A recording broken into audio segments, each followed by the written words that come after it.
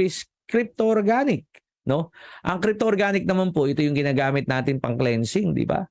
Yan yung sinasabi ko lagi na ang crypto ay napakaganda panlaban sa sakit, pampalakas ng katawan. Ang crypto organic po ay may taglay na antioxidant na napakabuti sa ating katawan, sa ating tiyan, sa puso, nagpapalakas ng buong katawan.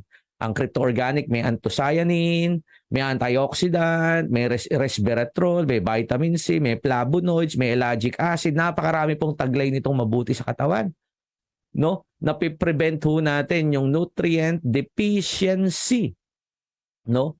Mayaman sa lysine, mayaman sa taurine, maganda ang vitamin B complex, vitamin A, and chlorella growth factor. Kaya pangunahin itong ating multivitamins sa ating lahat, no? 4 sa umaga, 4 sa tanghali, 4 sa gabi, no, 30 minutes before meal sa loob ng 3 buwan. Pag ginawa mo 'yon, nalilinis ka.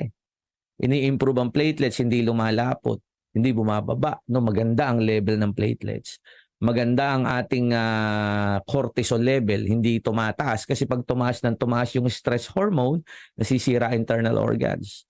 May vitamin B complex para ma-prevent ang infeksyon at mas ma-improve ang red blood cells. Ang red blood cells po ang nagdi-distribute ng oxygen sa buong katawan, kaya mahalaga ang crypto organic.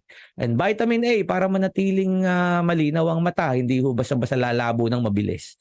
So yun ang kagandahan dito sa ating crypto. So kung titingnan natin, programa na yan, yung crypto with immune booster trio, perfect po siya. Crypto organic with immune booster trio is a perfect combination to improve your health. 3 buwan, mga kababayan, 3 months na cleansing.